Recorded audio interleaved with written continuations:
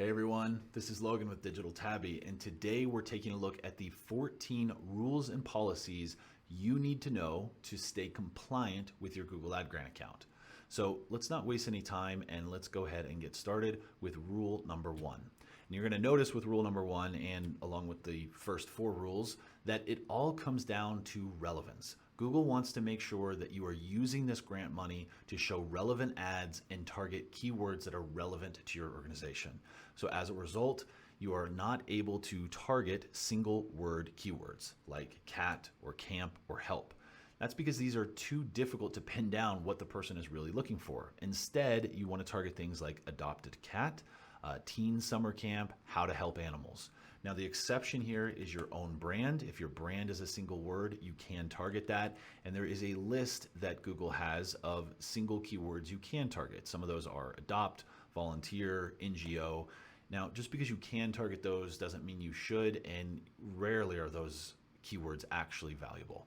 And just to really highlight this even more, take a look at this search result for the word cat, all right? So maybe you're a cat shelter and you're thinking, hey, we really just want to show up for the word cat. Well, Google doesn't understand what this person is searching for. Are they searching for the construction company? Does this person want to watch a video of a cat? Do they not know what a cat is and they need the definition? So just in this little screenshot, we can see just how mixed the intent is and how unclear the search is. So how do you stay relevant to something like this if we don't know what the person is looking for? So that's why single keywords are not allowed, and that is also why overly generic keywords are not allowed, because it's similarly difficult to stay relevant. So for example, if someone's searching for free stuff, what kind of free stuff? Free stuff for who? So instead it would be something like free stuff for students, or instead of ebook, ebooks for addiction recovery. So this one is a little trickier because overly generic can have a variety of interpretations. So Google does give a little tip where they say, hey, if your landing page experience is below average, you may have an overly generic keyword. Now, this can be helpful, but it's not always the case. So we can see here, we have a couple keywords that both have below average landing page experience, but have very healthy click-through rates and very healthy conversion rates. So these are not keywords I would pause simply because they have a landing page experience that's below average. So use this as a sort of metric to tell you, hey, I need to look closer at these keywords, but don't use it as a metric that tells you that you have overly generic keywords.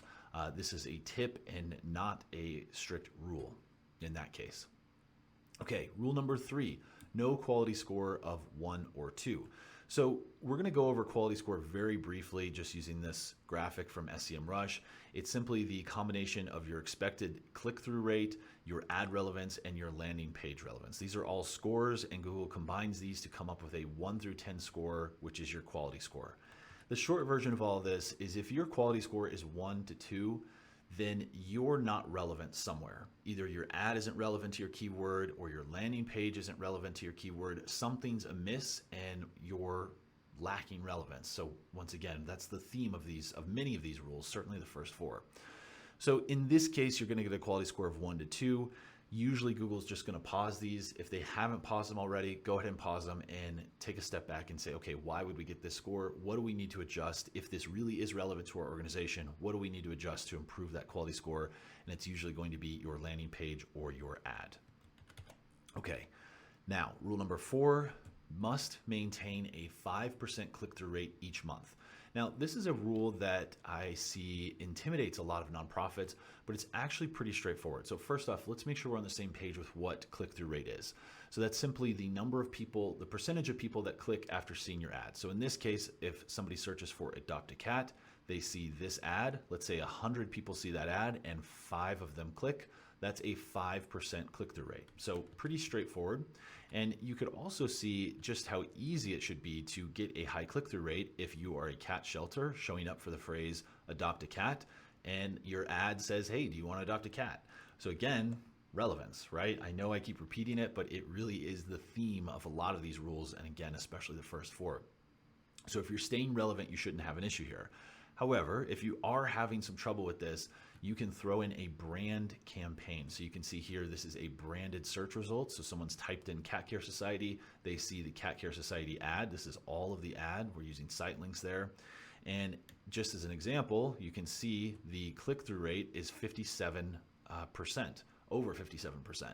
So if you have an account that has a couple campaigns that are a bit low on the click-through rate, throwing in a branded campaign and grabbing those branded searches can really help boost that up until you figure out what's going on. That's not a long-term solution. That's just a little boost to keep your account compliant. Okay, now we are on to conversions. So rule 5 and 6 must have conversion tracking, at least one conversion per month, and use conversion-based bidding. So what this usually means is you're going to want to put your conversions in Google Analytics 4, set them up as events, set them up as key events, and then import those into Google Ads. Not only is this best practice for Google Ads, it's also best practice for really any marketing. And once you have this in place, you can compare your paid search. So we can see here, this is the paid search channel, and we can see 10 of these conversions. And we can say, okay, well, how many did organic search get? Well, we can see they got 8. Or how many did social? They got 0. So really you want to set up your Google Analytics 4 not just to stay compliant with Google Ads, but to really just make the most of and support any marketing that you're doing. Okay, rule 7 and 8. Now this is where things get a little bit confusing because one of these rules, which is 2 ads per ad group, is actually dated and the Google documentation just hasn't been updated. I am currently managing dozens of Google Ad Grant accounts and really don't have 2 ads per ad group because it's simply not necessary with a responsive search ad. The responsive search ads generate hundreds, sometimes thousands of variations of the ad, so there's really no point to having 2. This at some point will be updated. You're welcome to add those 2 if you're uncomfortable, but I can tell you that despite being in the documentation, this is not a real rule right now. What is a real rule is 2 ad groups per campaign. And to understand what that means, we need to understand our account structure. So let's first take a look at this sort of generic account structure. So at the top, we have the Google Ads account. Then we've got a campaign. And under that campaign, we have 2 ad groups. And these ad groups become their own silo. Not only is this helpful to understand for compliance, but this is helpful if you're managing your account to just kind of visually see how this works. So this ad group 1 has its own set of keywords and it has its own ad. Ad group 2 has its own set of keywords as well and its own ad. So what this rule is saying is that in each campaign, you need to have 2 ad groups. Now, why is that? Well, because Google wants to make sure, and we could tie this into relevance as well, Google wants to make sure that the ad groups have their own theme. So if you split these out, you're going to have keywords that are relevant to this ad, relevant to the ad group. If that's not making sense, then let's take a look at this example here. So this is a sample Google Ads account, and we can see instead of just having a big ad group with a bunch of search terms related to adoptions and generic ads, we've split this out into 2 different ad groups. One of those ad groups is adopt a dog, one of those is adopt a cat. So thinking of relevance, we can see that our keyword for group 1, the adopt a dog ad group, is going to be all about adopt a dog, maybe adopt a puppy, adopt a dog near me, etc. And then our ad is just going to talk about dogs. We're not going to mention cats at all because we don't need to. We have a separate ad group for that.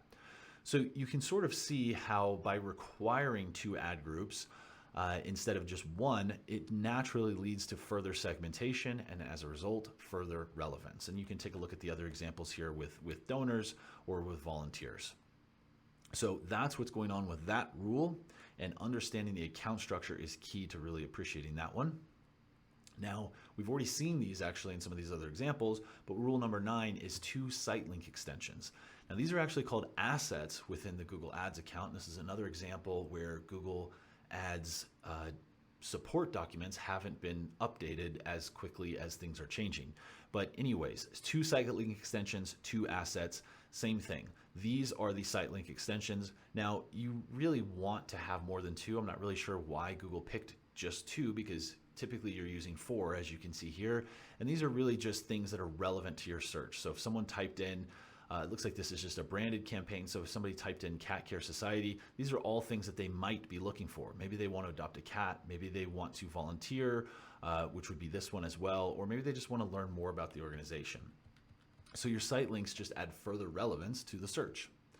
Okay, rule number 10, campaigns must use geo-targeting. So this one's pretty straightforward. Simply put, you can't just target the entire globe and say, that's it, we're done. Google wants to make sure that you're targeting areas that are, no surprise, relevant to your nonprofit, to your organization. This is just an example from within Google Ads of an organization that's targeting the United Kingdom. The real takeaway here is just make sure you have some kind of logical location targeting in place. Finally, we've got rule number 11, respond to program survey. So Google will typically send out an email, usually at the start of the year, with a quick survey for anyone who has a Google Ad Grant account. Now, over the last few years, they haven't really been sending it consistently, but you can still fill this out very quickly. I'll add a link in the description below if you just make that part of your routine, just in case it goes to spam, just in case it goes to an email you don't check very often. It's a good habit to just fill this out annually. That way you don't have to worry about whether or not it came to the right email. You can see a quick sample of it. This is the actual form. It's pretty straightforward. Should only take a few minutes to fill out. Okay, those are all the rules. Now we are on to the policies. So policy 1, and a lot of these policies are checked when you apply for the ad grant. However, it's still important to understand and keep them in mind because I have seen nonprofits sort of drift into non-compliance over time where they forget that, oh yeah, we got to follow these other policies. So the first one, only send traffic to your own domain. So usually subdomains are where people fall into issues here. So for example, if you have a shop on Teespring and the URL is your nonprofit, then teespring.com, that is not your owned domain and you cannot send traffic directly to that. However, if you have a subdomain of blog.yournonprofit.com, that is still your own domain and that's okay. Now, if you have other domains, you can add those too. You just need to let Google know, hey, this is a domain that I own, and there's a form for this that I will also throw in the description if that's something your nonprofit needs.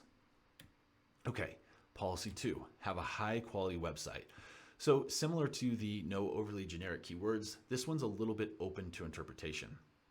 Essentially, you need to not have any major technical issues. You need to load quickly. You can use this Page Speed Insights tool. It's free from Google to see how fast your page is loading. The other thing that I see happen somewhat frequently is people will kind of get their SSL certificate messed up. That is not a high quality website and you absolutely need a functioning SSL just to get approved. So if that drops off, usually through some error with the host, you could run into compliance issues. Luckily, that's a super quick fix. Just let your host know, hey, my SSL isn't working, and they'll get you sorted out. Lastly, policy number 3, limited commercial activity and advertising. So this is one that you could also overthink. In this case, we're going to use Cat Care Society as our example again. We see, they're not necessarily giving away things to the public. They're not giving away cats. Cats do have an adoption fee associated with them, but they're still providing a service to the public. So for the most part, if you've been approved for an ad grant, you don't need to worry about this one.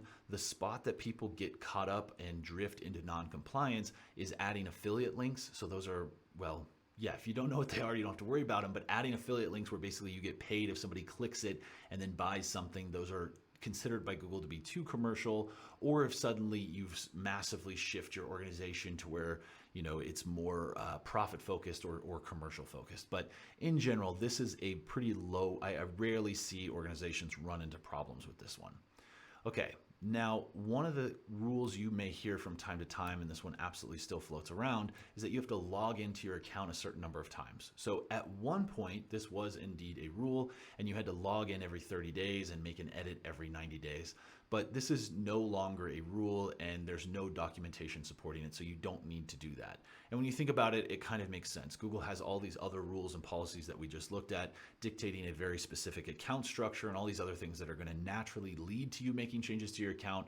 So rather than just saying, hey, log in and do something, they're telling you exactly what to do.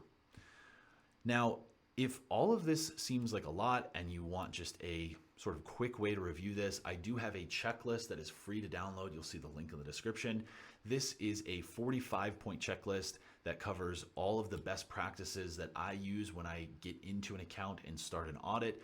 Best practices to really just make the most and maximize your Google Ad Grant. You can see those in this screenshot right here, but it also has this section, which goes over all the rules we just covered, some quick explanations here.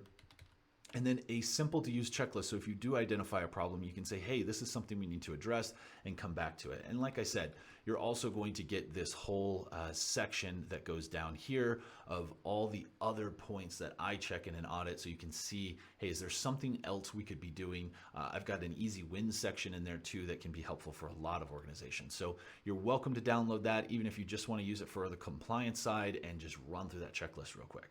So if you have any questions on Google Ad Grant compliance, definitely let me know in the comments below. I will respond. And thanks for watching. Hope it was helpful.